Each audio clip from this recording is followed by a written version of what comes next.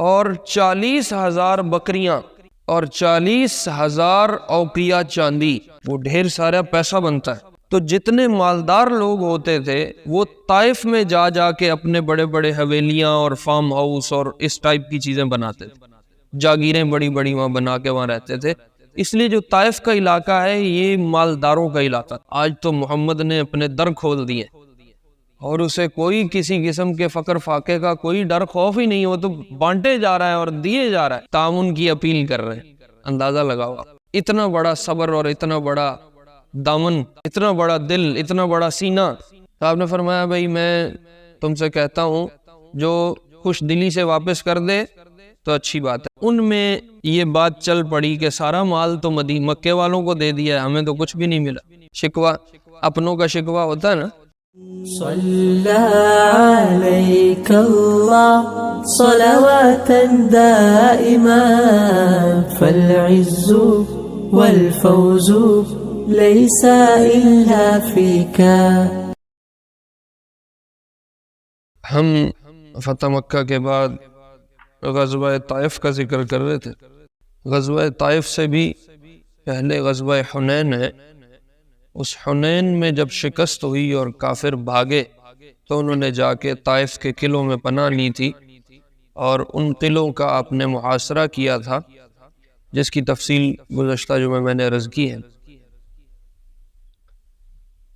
جب یہ قلعے کافی محنت کے باوجود، کافی کوششوں کے باوجود فتح نہیں ہو سکے، جو طائف والے تھے جہاں جا کے یہ لوگ اپنے آپ کو انہوں نے قلعہ بند کر لیا اور ان کے پاس کئی مہینوں کا، پورے سال کا راشن سامان اندر موجود تھا۔ تو آپ نے مختلف اپنے ساتھیوں سے مشورہ کیا کہ اب کیا کرنا چاہیے۔ ایک خواب بھی دیکھا جس کا میں نے پچھلے جمعے عرض کیا۔ تو آپ کو یہ مشورے سے اور ساری چیزوں سے اندازہ ہوا کہ یہ ہم اس کو فتح نہیں کر سکیں گے۔ تو آپ نے صحابہ سے واپسی کی بات کی کہ ہم واپسی کرتے ہیں۔ کچھ لوگوں نے کہا یا رسول اللہ اتنے زخمی بھی ہو گئے ہیں، اتنے بندے بھی ہم نے اپنے مروا لیے اور اتنی مشقت بھی اٹھا لی ہے، اب ان کا کچھ کر کے ہی جائیں گے۔ آپ نے فرمایا بھائی واپسی کے لیے تیاری کرو، اب ہم ان سے لڑائی نہیں کریں گے، ہم واپس جائیں۔ تو وہ لوگ اپنے اصرار پہ دوبارہ ایک دفعہ قلعے کی طرف گئے کہ ہم پھر کوشش کرتے ہیں، لیکن رات بھر لگے رہے، وہ کچھ نہیں ہو سکا، مزید زخمی ہوئے مزید۔ تو صبح پھر آپ نے ان سے بھی کہا کہ بھائی میں تم سے کہہ رہا ہوں ہم واپسی کریں گے تو بس اب واپسی کریں۔ حضرت عمر رضی اللہ عنہ کو طائف والوں پہ بڑا غصہ تھا۔ وہ پہلے انہوں نے پتھر بھی مارے ہوئے تھے اللہ کے نبی علیہ السلام، اور اب بھی قلعہ فتح نہ ہو سکا۔ تو حضرت عمر نے کہا یا رسول اللہ یہ طائف والوں کے لیے بد دعا کر دے، آپ کی بد دعا سے ان کا کام ویسے ہی ہو جائے۔ تو آپ نے فرمایا نہیں، بد دعا نہیں کرنی، میرے رب نے مجھے بد دعاؤں کا حکم نہیں دیا۔ پھر آپ نے فرمایا اللہم اہد ثقیفا وأتی بہم مسلمین، یا اللہ یہ ثقیف کے لوگوں کو، یہ طائف والوں کو ہدایت دے اور ان کو مسلمان بنا کے ہمارے پاس لے کے آ۔ یہاں سے آپ واپس آ گئے، اور میں نے آپ کو پچھلے جمعے کی تفصیل میں بتایا تھا کہ آپ نے ایک وادی ہے جعرانہ، جہاں طائف کا آنے والا سارا مال غنیمت اکٹھا کیا ہوا تھا۔ یہ مال غنیمت بہت زیادہ تھا۔ جب طائف والے لڑنے کے لیے آئے تھے اوتاس میں، تو اپنے بیوی بچے، اپنا مال متاع مویشی ہر چیز لے کے آئے تھے تاکہ ہم بے جنگری سے لڑ سکیں، اور وہ شکست ہو گئی، وہ بھاگ گئے۔ یہ سارا مال مسلمانوں کے ہاتھ آ گیا جو آپ علیہ السلام نے ایک وادی میں جمع فرمایا اور وہاں صحابہ کا پہرا بٹھایا۔ یہ پچھلی تفصیل میں کر چکا ہوں پہلے۔ تو آپ جعرانہ واپس تشریف لے آئے، 6 ذوالقعدہ کو آپ یہ جعرانہ واپس آئے، اور جعرانہ میں آ کے آپ نے پھر 10-12 دن قیام کیا اور انتظار کیا کہ شاید طائف والے واپس آ جائیں اور آ کے اپنے مال متاع کا تقاضا کریں کہ ہمارا ہے یہ ہمیں واپس کر دو، تو میں ان کو واپس دے دوں۔ لیکن 10-12 دن انتظار کے باوجود طائف کے لوگ اپنا مال لینے کے لیے نہیں آئے۔ اچھا، وہ مال کوئی چھوٹا موٹا نہیں تھا، وہ ڈھیر سارا مال تھا۔ اس کو سمجھانے کے لیے نا میں آپ کو چھوٹی سی ایک مثال دیتا ہوں، اس سے آپ کو بات سمجھ آئی۔ کسی ملک میں نا جو سب سے اوپر کی کلاس ہوتی ہے، انتہائی مالدار لوگ، وہ اپنے لیے ایک الگ رہائشی سوسائٹی بناتے ہیں۔ ان کا رہائشی منصوبہ عام لوگوں سے ذرا ہٹ کے ہوتا ہے، اور سہولیات زیادہ ہوتی ہیں، اور گھر لمبے چوڑے ہوتے ہیں، بڑے بڑے گھر ہوتے ہیں۔ مکے میں طائف کا جو علاقہ تھا، یہ مالداروں کی سوسائٹی تھی، اس لیے کہ عموماً مکے میں گرمی تھی اور طائف کا موسم قدرے ٹھنڈا تھا، اور عموماً مکے میں پانی کا، سبزے کا بندوبست نہیں تھا، بنجر پہاڑ تھے، لیکن طائف سبزے والا علاقہ تھا۔ تو جتنے مالدار لوگ ہوتے تھے وہ طائف میں جا جا کے اپنے بڑے بڑے حویلیاں اور فارم ہاؤس اور اس ٹائپ کی چیزیں بناتے تھے، جاگیریں بڑی بڑی وہاں بنا کے وہاں رہتے تھے۔ اس لیے جو طائف کا علاقہ ہے یہ مالداروں کا علاقہ تھا۔ اس لیے طائف والوں کے ساتھ جب لڑائی ہوئی ہے اور طائف والے جب اپنا مال لے کے آئے ہیں تو وہ مال بہت زیادہ تھا۔ سیرت کی کتابوں میں جو مال مسلمانوں کے ہاتھ لگا اور جعرانہ میں آپ نے اس کو اکٹھا کیا کہ میں بعد میں اس کی تقسیم کروں گا، اس کی تفصیلات ملتی ہیں، انسان حیران ہوتا ہے کہ یار یہ تو بہت سارا مال تھا۔ مثال کے طور پہ ان کے بیوی بچے اور نوکر چاکر جو قبضے میں آئے مسلمانوں کے، ان کی تعداد ہے 6000 افراد۔ 6000 افراد، ان میں باندیاں ہیں، ان میں غلام ہیں، مسلمانوں کے ہاتھ لگے طائف والوں۔ یعنی 6 بندے نہیں، 60 بندے نہیں، 6000 بندے۔ 6000 بندے ڈھیر سارے بندے۔ اسی طرح 24,000 اونٹ تھے۔ 24 اونٹ بھی اگر کہیں اکٹھے کرو تو وہ اچھا بھلا جانوروں کا ایک ریوڑ بنتا ہے، اور وہ 2400 بھی نہیں ہے، 24,000 اونٹ تھے۔ اس زمانے میں اونٹ کسی قیمتی گاڑی سے کم نہیں تھا، اور طائف والوں کا جو مال ہاتھ آیا اس میں 24,000 اونٹ ہاتھ آئے، اور 40,000 بکریاں، اور 40,000 اوقیہ چاندی۔ وہ ڈھیر سارا پیسہ بنتا ہے۔ اس زمانے میں سونا اور چاندی ہی نقدی ہوا کرتی تھی۔ یہ پوری ایک وادی لبالب بھری ہوئی تھی جانوروں سے، انسانوں سے، اور چاندی کے ڈھیر اور ڈھیر سارا مال اور بکریاں۔ جب آپ نے تقسیم فرمائی ہے نا تو اس کا منظر سیرت میں اگر آپ پڑھو تو حیران ہوتے ہو۔ آپ یوں پہاڑ کی چوٹی پہ کھڑے ہوئے ہیں اور ابو سفیان سے کہہ رہے ہیں ہاں بھائی کتنا چاہیے؟ تو وہ کہنے لگا جتنا آپ دے دیں۔ آپ نے کہا چلو 40 اوقیہ چاندی لے لو، 100 اونٹ لے لو، کٹھے ہی 100 اونٹ۔ انہوں نے کہا میرا بیٹا یزید ہے، اس کے لیے بھی مجھے کچھ دو۔ آپ نے کہا 100 اونٹ اس کے لیے بھی لے جاؤ، 40 اوقیہ چاندی لے جاؤ۔ انہوں نے کہا میرا بیٹا معاویہ بھی ہے۔ آپ نے کہا معاویہ کے لیے بھی 100 اونٹ لے جا، 40 اوقیہ چاندی لے جا۔ حکیم بن حزام تھے، نئے نئے مسلمان ہوئے بھی فتح مکہ کے موقع سے کچھ دیر پہلے، 2-4 دن پہلے، ابو سفیان کے ساتھ ہی مسلمان ہوئے۔ حکیم بن حزام، آپ نے کہا حکیم 100 اونٹ لے لو۔ انہوں نے کہا رسول اللہ اور دو۔ آپ نے کہا 100 اور لے لو۔ صفوان بن امیہ، آپ نے کہا صفوان کتنے لینے؟ میں نے کہا جتنے آپ دے دیں۔ کہا 100 اونٹ لے لو۔ تو آپ نے دیکھا ابھی اس کی طبیعت خوش نہیں ہوئی، آپ نے کہا 100 اور لے لو۔ کہا ابھی بھی طبیعت خوش نہیں، آپ نے کہا 100 اور لے لو۔ 300 اونٹ صفوان کو دے دیے۔ یوں سیرت میں اس کی کافی تفصیل ہے، یہ وہ لوگ تھے جو نئے نئے مسلمان ہوئے تھے ابھی، اور سردار تھے سارے مکے کے، بڑے بڑے چودھری تھے. یوں آپ نے 10-12 دن انتظار کیا ان کا، طائف والوں کا، وہ نہیں آئے تو آپ نے پھر اپنے یہ جتنا مال تھا اس کی تقسیم شروع کر دی. یوں تقسیم فرماتے جا رہے تھے. یہ جو نئے نئے مسلمان ہونے والے سرداروں کو آپ نے اتنا دیا ہے، اس کے پیچھے بہت بڑی سیاست تھی. آپ دیکھو کچھ لوگ ہوتے ہیں وہ حق کی طرف اپنی عقل سے آتے ہیں، حق کو پہچانتے ہیں، ان کو سمجھ آ جاتی بھئی یہ بات ٹھیک ہے، تو وہ اپنی عقل کی وجہ سے حق کی طرف آ جاتے ہیں. کچھ لوگ ہوتے ہیں وہ اپنی عقلوں سے حق نہیں پہچانتے، وہ اپنے پیٹ سے حق پہچانتے ہیں. ان کو کھلانا پلانا پڑتا ہے، کھلاتے پلاتے جاؤ، ان کو جو بات کہو اس کے لیے تیار ہو جائے. تو آپ کی یہ سیاست تھی کہ یہ لوگ نئے نئے مسلمان ہیں، ان کو کھلاؤ پلاؤ تاکہ یہ مضبوط ہو جائیں. یہ نہ کہیں کہ ہم تو پیچھے اتنی بڑی بڑی سرداریاں چھوڑ کے آئے اور ہمیں فاقوں پہ لے آیا ہے.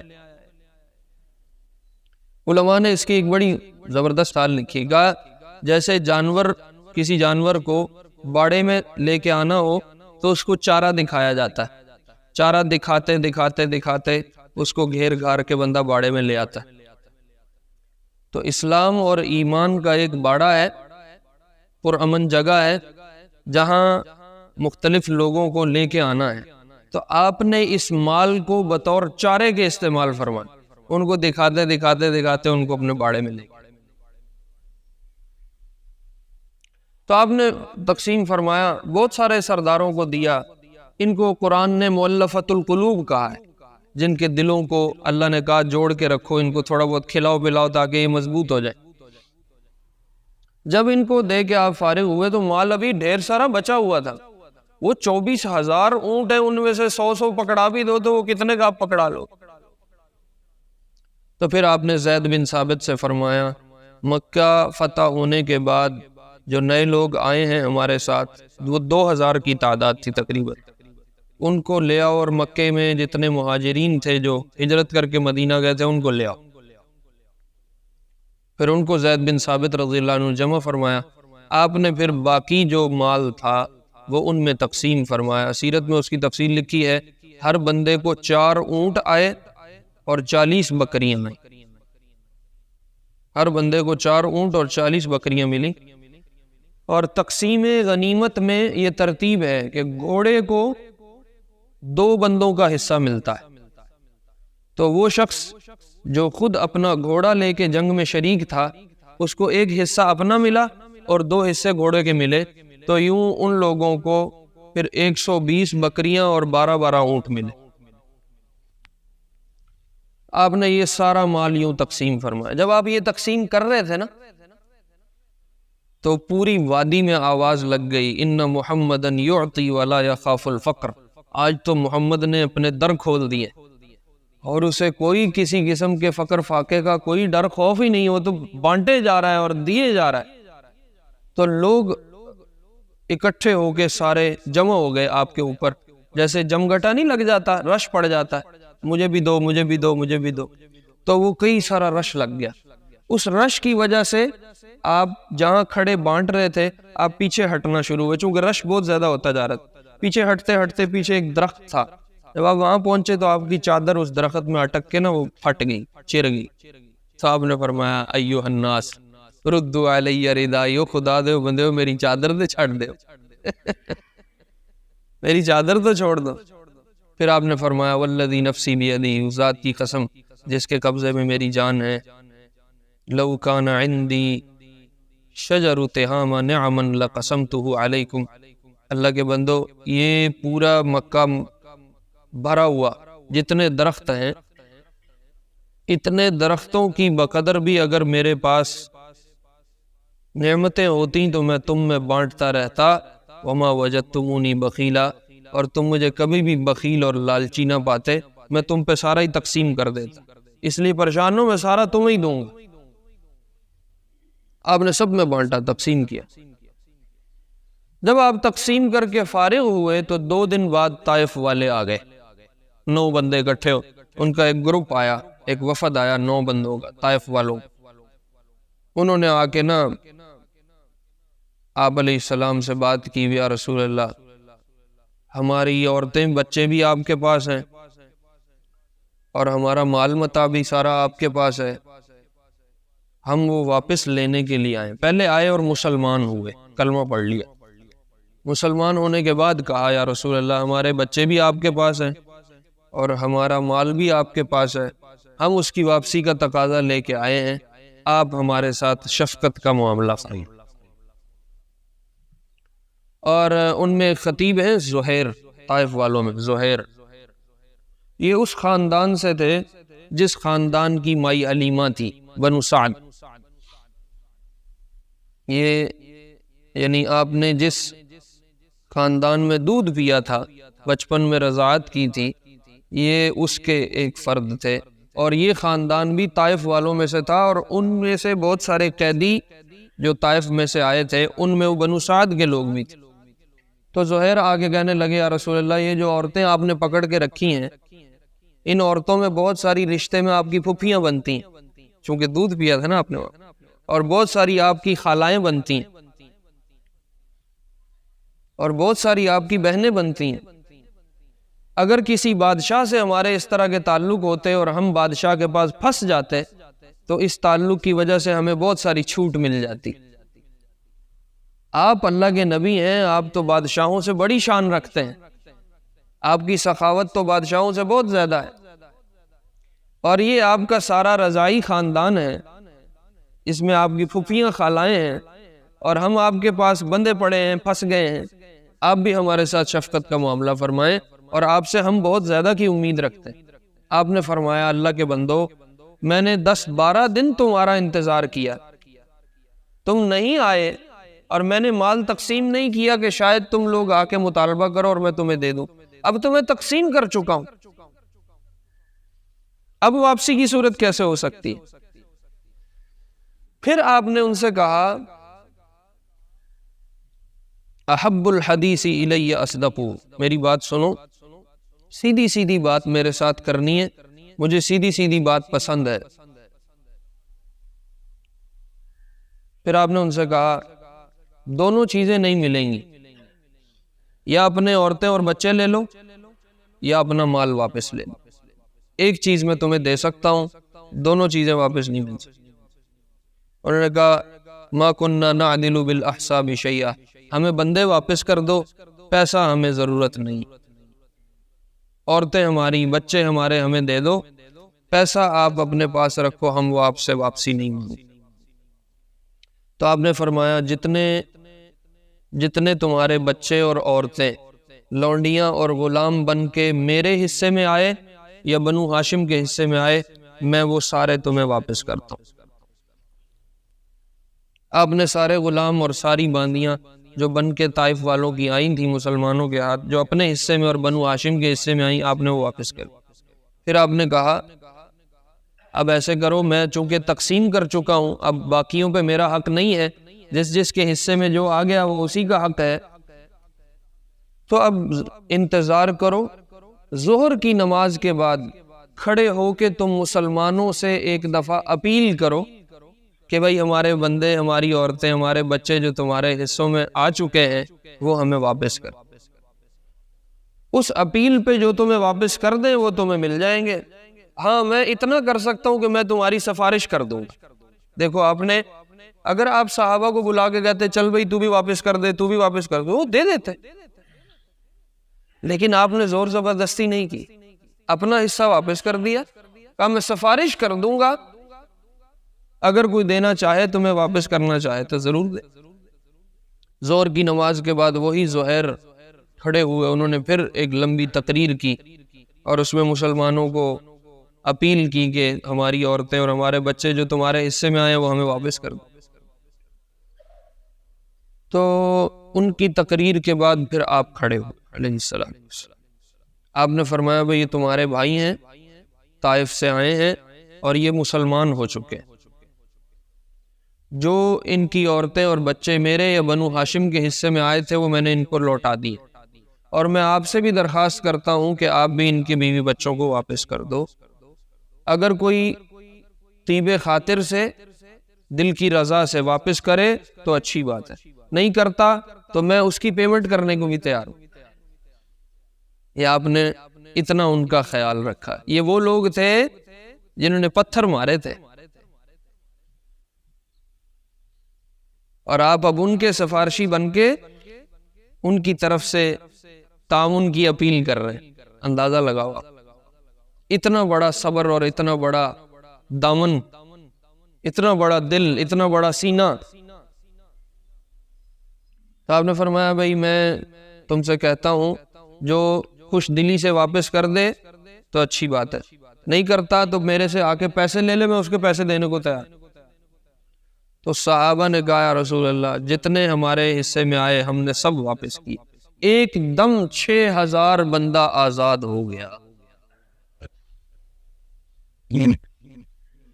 انسانی تاریخ میں اتنی بڑی آزادی کسی غلامی سے آپ کو کبھی بھی نہیں ملے. ایک دم 6000 بندہ غلامی سے آزاد ہو گیا.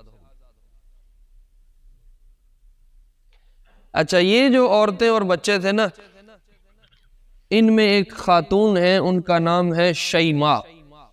ہمارے ہاں عموماً نام مشہور ہے شیما. شیما بھی کہتے ہیں، سیما بھی کہتے ہیں. سیما شیما نام نہیں ہے، یہ پنجابی والوں نے بگاڑ دیا ہے، یہ اردو والوں نے بگاڑ دیا ہے. عربی میں اصل نام ہے شیماء، شیماء بنت الحارث. یہ جو قید عورتیں تھیں نا طائف والوں کی، ان میں یہ ایک عورت ہے، ان کا نام ہے شیماء بنت الحارث. انہوں نے لوگوں کو بتایا میں تمہارے نبی کی بہن ہوں. انہوں نے کہا وہ کیسے بہن ہو؟ کہا تمہارے نبی نے اور میں نے بچپن میں ایک ہی ماں کا دودھ پیا ہوا ہے، حلیمہ کا. تو لوگ تصدیق کے لیے ان کو پکڑ کے اللہ کے نبی کے پاس لے کے آئے علیہ السلام. انہوں نے آگے کہا محمد میں صلی اللہ علیہ وسلم میں تمہاری بہن بنتی ہوں، اور میں نے اور تم نے بچپن میں اکٹھے دودھ پیا ہے، اور اپنے ہاتھ پہ ایک دانت کا نشان دکھایا کہ بچپن میں تم نے مجھے کاٹا تھا اور یہ اس کا نشان. اور آپ کو وہ یاد تھا. آپ نے جب وہ دانت کا نشان دیکھا تو آپ کو وہ یاد آ گیا، کہا یہ میری بہن. تو آپ نے ان کے لیے چادر بچھائی اور اتنے خوش ہوئے اپنی بہن سے مل کے کہ آنسو جاری ہو. پھر آپ نے ان سے فرمایا شیماء سے، بہن اگر میرے پاس رہتی ہو تو رہو، میں تمہیں بڑی عزت اور احترام سے رکھوں گا، اور اگر اپنی قوم کے ساتھ واپس جانا چاہتی ہو تو تمہیں بالکل اختیار ہے، تم واپس چلی جاؤ. انہوں نے کہا میں اپنی قوم کے ساتھ واپس جانا چاہتی ہوں. آپ علیہ السلام نے ان کو کئی سارے اونٹ دیے، بکریاں دیں، اور کوئی 3 غلام دیے، 1-2 لونڈیاں دیں، اور آپ نے ان کو بڑی عزت سے ان کی قوم والوں کو واپس کیا کہ ان کو لے کے جائے. اور وہ پھر مسلمان ہوئی، شیماء بنت الحارث مسلمان ہو گئی. یوں آپ نے تقسیم فرمایا. وقت کتنا ہو گیا؟ 1 بجنا. یوں آپ نے اس مال کو تقسیم فرمایا، اور جو حنین میں طائف والوں کا سارا مال آیا تھا آپ نے اپنی قوم میں وہ بانٹ کے ان کے افراد کو واپس کر دیا. جب یہ مال سارا تقسیم ہو گیا تو مال آپ نے تقسیم فرمایا تھا مکے والوں میں، وہ لوگ جو نئے نئے مسلمان ہوئے ان میں تقسیم فرمایا. تو جو مدینہ کے لوگ تھے انصار والے، ان میں یہ بات چل پڑی کہ سارا مال تو مکے والوں کو دے دیا ہے، ہمیں تو کچھ بھی نہیں ملا. شکوہ اپنوں کا شکوہ ہوتا ہے نا، شکوہ اپنوں سے ہی ہوتا ہے نا، غیروں سے کیا شکوہ کرنا. تو ان میں سے کسی جوان نے یہ بھی کہہ دیا کہ دیکھو بھائی ہماری تو ابھی تلواریں بھی خون سے بھری ہوئی ہیں، خون ابھی بھی ہماری تلواروں سے ٹپک رہا ہے، ہمیں کچھ بھی نہیں ملا، اتنا مال آیا تھا سارا مکے والوں میں ہی بانٹ دیا. تو آپ تک یہ بات چلتے جب وہ بات چل پڑتی ہے تو ایک سے دوسری، دوسرے سے تیسری، چوتھی، وہ پورے لشکر میں پھیل گئی. یہ بات آپ تک پہنچ گئی. تو آپ نے کچھ مدینہ والوں کو پوچھا کہ تم اس طرح کی بات میرے تک پہنچی ہے، کوئی ایسی بات چل رہی ہے؟ انہوں نے کہا رسول اللہ جو سرداران مدینہ ہیں وہ تو اس طرح کی بات نہیں کرتے، ہم تو ایسی بات نہیں کہتے. کسی آدمی نے بیچ میں کہہ دی ہو تو ہم اس کو نہ بھی نہیں کر سکتے، کسی نے کہہ دی ہوگی. تو آپ نے سعد بن عبادہ ہیں، یہ مدینہ والوں کے سربراہ ہیں، آپ نے سعد بن عبادہ سے کہا مدینہ والے سارے انصار کو جمع کرو۔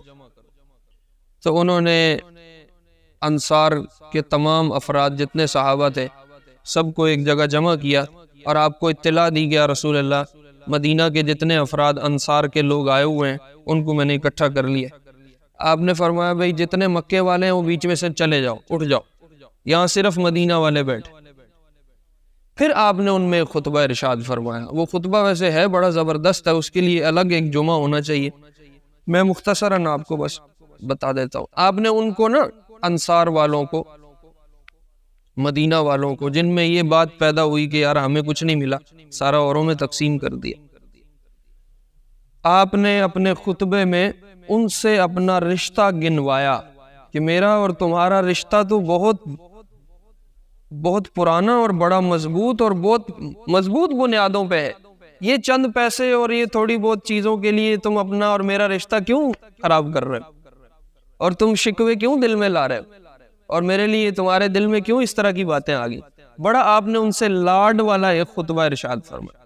مثلا آپ نے فرمایا اللہ کے بندو، میرا تمہارا تعلق تو یہ ہے کہ جب میں آیا تھا تو تم سارے لوگ گمراہ تھے، اللہ نے تمہیں میری وجہ سے ہدایت دی، تمہارے پاس مال بھی کچھ نہیں تھا، غریب فقیر لوگ تھے، اب اللہ نے اتنا مال تم پہ ڈال دیا، اور جب میں آیا تھا تمہاری آپس میں اوس خزرج کی لڑائیاں تھیں، اب اللہ نے تمہاری صلح کرا دی ہے، تم ایک بہت بڑا لشکر بن چکے ہو، اور تمہارا میرے پہ احسان یہ ہے کہ جب میں آیا تھا تو میری کوئی بھی نہیں سنتا تھا، لوگ مجھے جھٹلاتے تھے، تم نے میری تصدیق کی تھی، اور مجھے دھتکارا ہوا تھا، مجھے کوئی ٹھکانہ نہیں ملتا تھا، تم نے مجھے ٹھکانہ دیا،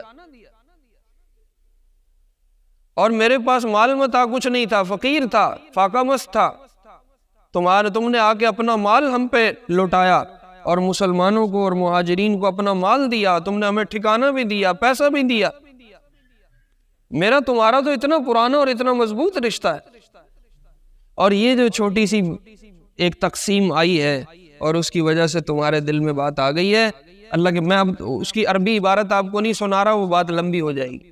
آپ نے فرمایا یہ جو اب چھوٹی سی ایک تقسیم آئی ہے اور اس کی وجہ سے تمہارے دل میں کچھ اس طرح کی خلش آ گئی ہے، تو کیا تم اس بات پہ راضی نہیں ہو؟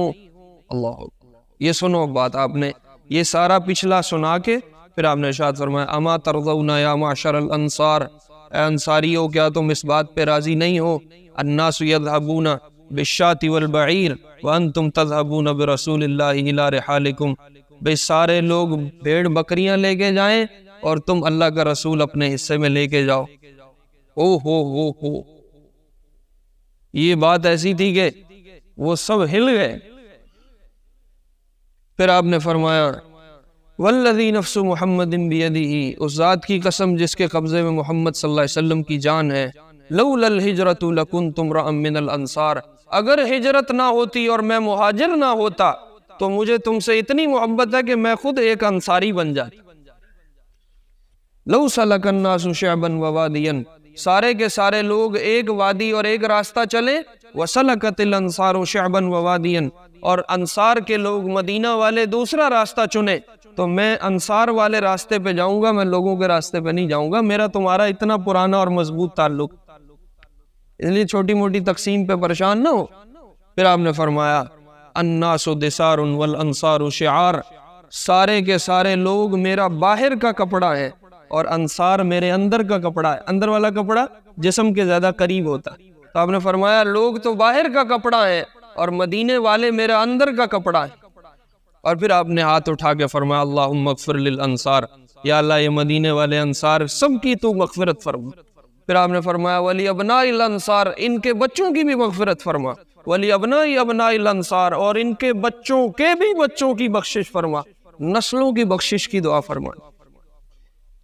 جب آپ نے یہ خطبہ ختم فرمایا نا تو رو رو کے انصار کی داڑیاں تر ہو گئیں، اور سب کی زبان پہ ایک ہی لفظ تھا رضینا برسول اللہ و بقسمتہ، ہم اللہ اور اس کے رسول کی تقسیم پہ راضی ہیں، ہم اللہ اور اس کے رسول کی تقسیم پہ راضی۔ یوں آپ نے سب کے دل دھو دیے اور خطبے سے سب کو صاف کر دیا۔ باقی کچھ تفصیل ہے وہ انشاءاللہ اگلے جمعے کر لیں گے۔ اللہ رب العزت ہمیں اپنا دین سیکھنے کی، سمجھنے کی توفیق نصیب۔ صلى عليك الله صلواتا دائما فالعز والفوز ليس إلا فيك